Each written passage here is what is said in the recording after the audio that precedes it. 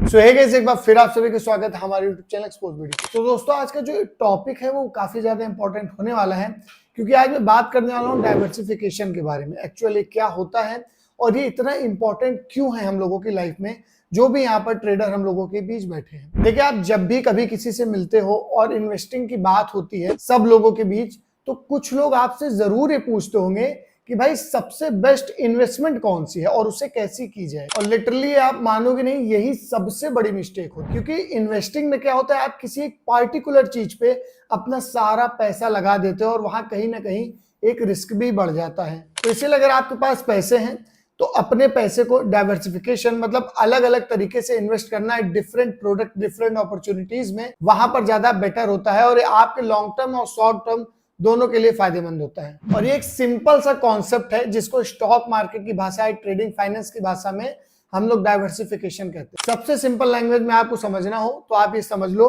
कि सारे अंडे एक ही ट्रे में मत रखो, उसको डाइवर्सिफिकेशन करो, अलग अलग तरीके से इन्वेस्ट करो। एक जगह अगर आप सारा पैसा लगा दोगे तो कहीं ना कहीं वो अगर आपके अकॉर्डिंग नहीं चला वो स्टॉक, तो कहीं ना कहीं आपको लॉस हो जाएगा। स्टॉक ही नहीं, किसी भी चीज में अगर आप इन्वेस्ट करते हो तो डाइवर्सिफिकेशन काफी ज्यादा इंपॉर्टेंट होता है। और इसीलिए आप देखोगे जो एक्सपीरियंस ट्रेडर होते हैं, जो क्लासेस अपनी चलाते हैं, वो डाइवर्सिफिकेशन को लेके काफी कुछ सिखाते हैं। और यही रीजन है कि कुछ लोग स्टॉक में इन्वेस्ट करते हैं, कुछ लोग SIPs करते हैं, कुछ लोग यहाँ पे म्यूचुअल फंड में इन्वेस्ट करते हैं। तो यही एक सिंपल सा रूल हो गया डाइवर्सिफिकेशन का। देखिए, पहले मैं भी इन्वेस्टिंग को इसी नजरिए से देखता था। रीजन क्या था कि मार्केट में जो सबसे ज्यादा ट्रेंड में स्टॉक चल रहा होता है या सबसे ज्यादा जो ट्रेंड में चीज चल रही होती थी, मुझे लगता था इसी के बारे में डिस्कस हो रहा है, क्यों ना इसी पे केवल सारा पैसा लगा दिया जाए। लेकिन कहते हैं ना, जब तक आपको एक्सपीरियंस ना हो आप सीखते नहीं।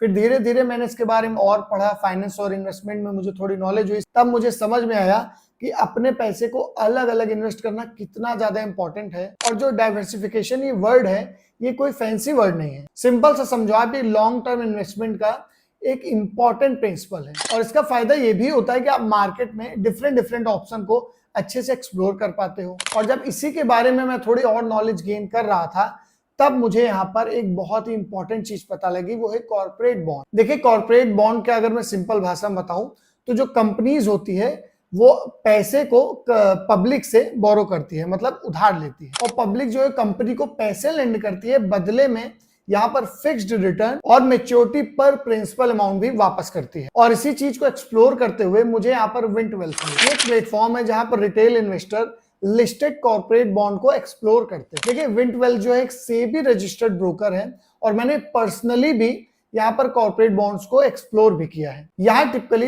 AAA से BB रेटेड जो बॉन्ड्स हैं वो लिस्टेड हो, जिनके रिटर्न जनरली अवेलेबल इन्वेंट्री के अकॉर्डिंग 9 to 12% पर एनम के रेंज के देखने को मिल सकते। देखिए, मुझे पर्सनली इसका जो इंटरफेस है वो काफी स्ट्रेट फॉरवर्ड लगा।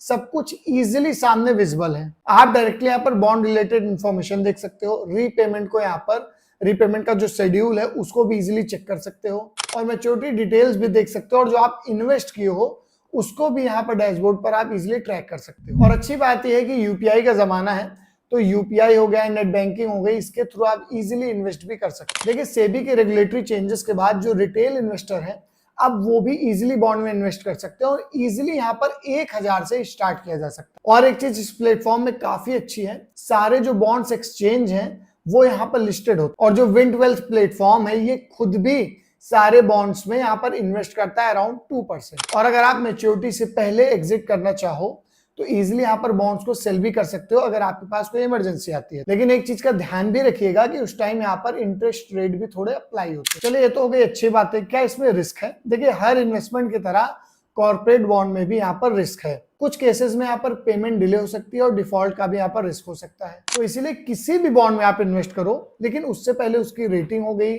इश्यूअर डिटेल्स हो गई और सारे डिस्क्लोजर को ध्यान से समझना बहुत जरूरी है। और अगर आप अपनी इन्वेस्टिंग को 1-2 ऑप्शन तक सीमित नहीं रखना चाहते और बेटर करना चाहते हो और मार्केट में जो डिफरेंट एसेट्स चल रहे हैं उनके बारे में आपको और बेटर जानकारी चाहिए, तो आप यहाँ पर कॉर्पोरेट बॉन्ड को भी एक्सप्लोर कर सकते हो।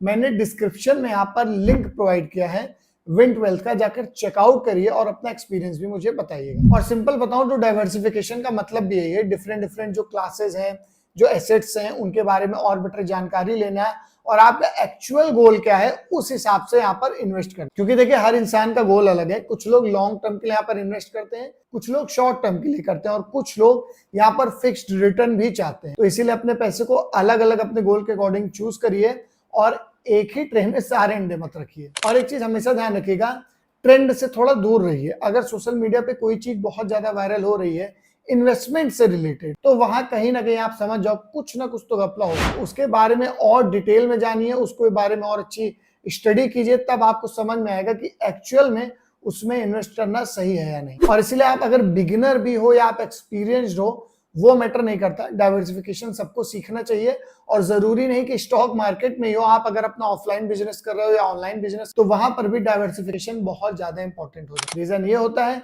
कि आप हमेशा पॉजिटिव लेके चलो, अगर निगेटिव लेके ना चलो तो भी वहां पर प्रॉब्लम होती है। तो इसीलिए डाइवर्सिफिकेशन करो। एक बिजनेस पे पूरा पैसा कभी भी मत लगाओ, वहां पर कभी ना कभी निगेटिव पॉइंट भी बन सकता है। और जितना बेटर आप सीखोगे उतना ही जल्दी आप अच्छे फाइनेंशियल डिसीजन भी ले पाओगे। फिलहाल ये एक नॉलेजेबल वीडियो था। अगर वीडियो पसंद आई हो तो जरूर से चैनल को सब्सक्राइब करके दोस्तों बेल आइकन दबाइएगा।